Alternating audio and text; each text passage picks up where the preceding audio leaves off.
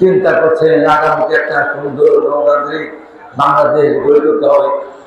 আর সেই সময় আমরা দেখতে পাচ্ছি যাদের আমরা পেটের মধ্যে না পেটের মধ্যে রেখেছিলাম দীর্ঘদিন, যাদেরকে আমরা বড় করেছি, তারা পেটে খুশে অনেক বড় হয়ে আজকে আমাদের মধ্যে পেটের ভিতর থেকে আজকে আমাদের পেট কাটা স্বাধীনতা লিপ্ত হয়েছে। আমাদের তারেক রহমান সম্বন্ধে বিচ্ছিরি স্লোগান দেয়, জিয়া রহমান সম্বন্ধে বিচ্ছিরি স্লোগান দেয়, ম্যাডাম জিয়াকে অসম্মান করে তারা আজকে আনতে চায় আগামী দিনে এই বাংলাদেশ তাদের বাংলাদেশ।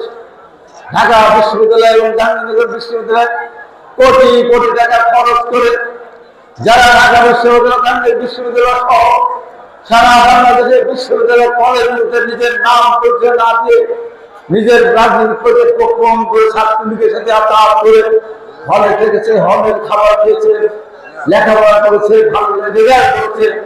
হঠাৎ 5 তারিখে পরিবর্তনের পর তারা ছাত্র শিবির ওই হলের ছেলেরা ছাত্রী হিসেবে একই ভাবে তারা ডাকছে জাতীয় নির্বাচন ভোট দিয়ে দিল।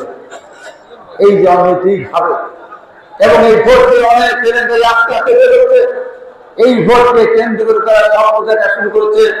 আগামী দিনে বাংলাদেশ তাদের কথা মতো চলবে, তাদের পেয়ার ছাড়া ভোট হবে না, গণভোট ছাড়া তারা নির্বাচন হবে না। আজকে সরকারকে আহ্বান করতে চাই, আপনাদের ক্ষেত্রের মধ্যে ওদের কথা শুনে নির্বাচন না দেন, আমি বলছি ফেব্রুয়ারির পর আপনার সরকার ক্ষমতায় থাকবে না।